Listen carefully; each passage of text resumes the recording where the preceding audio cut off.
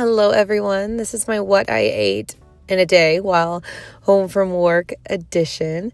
So starting off with breakfast, I had old-fashioned oats with a little bit of flaxseed, some frozen blueberries, some cinnamon. I also like to add turmeric, black pepper, and a pinch of sea salt into these oats. And I've got some cut up apple. And I like to add the different fruits just to help to bulk out my meal. And blueberries are so good for you, and apples are so very filling, in my opinion, and just full of so much good fiber. I had later several times throughout the day, I snacked on some raw carrots. I also take these immunity shots with probiotics in them. They're to be kept cold in the refrigerator. They've got a ton of turmeric, black pepper, and ginger. I find they're very helpful during times of allergies. They are very strong. My hair is insane. It's crazy right here, so enjoy that. I'm going to make some homemade veggie broth. I like to save my veggie scraps, all the ends off of different veggies, or just pieces that I don't use.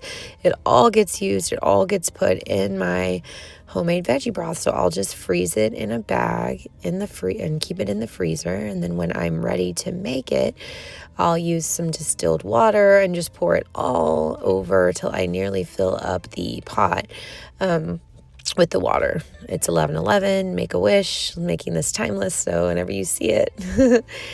And I just let the veggie broth boil. I bring it to a boil. This time I decided to add in some garlic, and I'm enjoying a espresso here while I make this. I'll link my espresso machine again in the description if you want to check it out, if you're called to something like that. And I'm going to be adding some onion to this too. I mean, I feel like you gotta have onion, right? I haven't been eating onion as much, but I mean, you gotta have it in the veggie broth to add that beautiful flavor. And what's neat about veggie broth is, like, even the outside of the onion, like the tops, all of it, you can just throw it all in the pot. Like, it doesn't matter because you're just straining it anyways. And so I'm literally just gonna throw this all in here, and it's gonna add to the flavors in a really powerful way. Look at my spoon with the little pumpkin on it. My stepmom got me that. It's been fun to use that for the fall season, which it is right now here in the United States of America.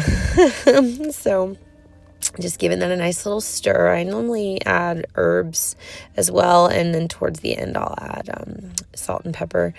I've been blending up my own teas, you guys. I sell them locally. I first just was doing it for myself, but then people really got interested, so now I sell them. I even ship them. So I make beauty tea infusions, which is a ton of different herbs, really good for glowing skin. And this is a really nice, I call it a moon cycle blend. Wait, no, this isn't moon cycle. This is that's chamomile, rose, and mint, because I had like some congestion going on, and so I wanted to blend that together. And yeah, it really smelled really good. There's the veggie broth.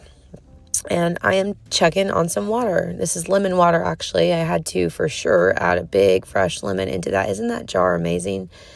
One of my co-workers gave me that. She's amazing. She's a massage therapist, a hypnotherapist. She's a medicine woman, quite frankly. And she brought me that jar because I was so fond of hers, because she drinks her water out of a glass jar too. And I just thought that was so cool. So I strained the veggie broth. Once it was done, I let it go for about 30 minutes. I just used a cheesecloth. I think because my strainer or colander was dirty. I decided to add some carrots when I started. Wait, I'm jumping ahead. You don't even know what I'm doing. I am so sorry. So the reason I made the veggie broth was because I'm making cabbage soup. And so I added some more chopped up onion from earlier, put it in my non-toxic pan, a little bit of water, and some carrots. And I'm just letting that just kind of saute, or steam, saute, kind of both right now. I'm just letting it go to really soften those carrots. Cut up some beautiful, we call it, obviously it's red cabbage, but I call it purple cabbage because it is a beautiful purple color, and it always turns the water a really pretty color. I'm going to I added some garlic and some fire roasted tomatoes. You can never go wrong with fire roasted tomatoes.